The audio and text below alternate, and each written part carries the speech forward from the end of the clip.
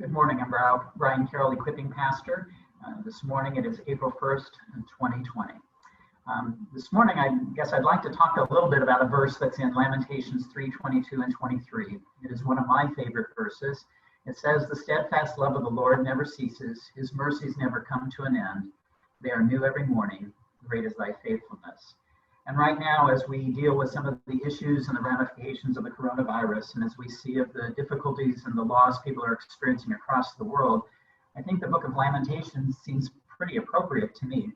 You see, the word lament means to mourn, and oftentimes it comes with lots of emotion behind it. And I know across our world, people are anxious and people are mourning, and many people are losing their loved ones and friends and to the virus, and so things are happening all over our world, and so there is a degree with which we are mourning what exists. And the interesting thing about that verse is very familiar. It's the foundation for the hymn, "Great is thy faithfulness," and probably that verse is quoted very often. And as I said, it has been my favorite verse really for my entire life. The interesting thing about that verse is when you look at the bigger context, you see what had happened was Israel had been taken captive by an evil nation, Babylon, and the people had been moved to live in exile, and the Babylonians were ruling over them. So life was miserable for them and difficult and fearful. And I just want to read some verses that come right before that famous verse. And so I'm going to start at chapter 3, verse 17. And it says, "I have been deprived of peace. I have forgotten what prosperity is. So I say, my splendor is gone, and all that I had hoped for from the Lord.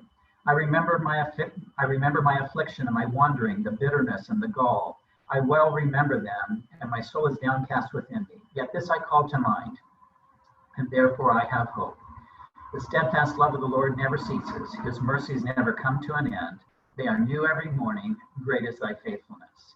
I say to myself, the Lord is my portion, therefore I will wait for him. The Lord is good to those whose hope is in him, to the one who seeks him.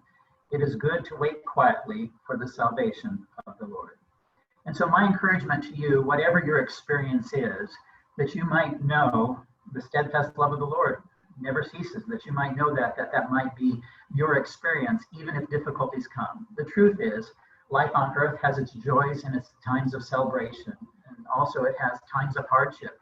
And right now we're in an unknown period with what the outcome will be and the impact of the virus or the reaction to the virus will cause in all of our lives. Things have changed. And so this day may bring you joy and good opportunities and great times of interaction with your family. It may bring anxiety for you as you get concerned about the future.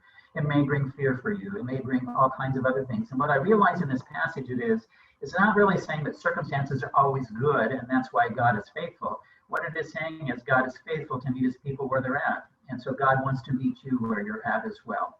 And so may you know the truth of that. This past week has had several things happen in our family. All of them happened in the morning times. We had to put a dog down who was healthy one day and had a tumor explode and needed to be put down the next. We had a situation where electricity in our garage went out, so I had to call an electrician to assist with that. Had another situation where Sunday morning, Emma, my daughter, knocks on our door and says the dog had gotten sick all over in her bed. It's our small Chihuahua. And so our fear was we were going to lose a second dog in a week. Fortunately, that didn't happen. It was probably he ate the other dog's food and is now fine and doing well. And then on Monday of this week, my mom, it was obvious that we needed to take her to the emergency room with some conditions that were going on with her, ultimately not connected to the virus, nor did we think they were. And so, but we didn't really want to go to the hospital right at this point in time, but we did because we knew we needed to. And all of those times, I wish I could say the first thoughts on my mind were that God's mercies were new every morning. They really weren't.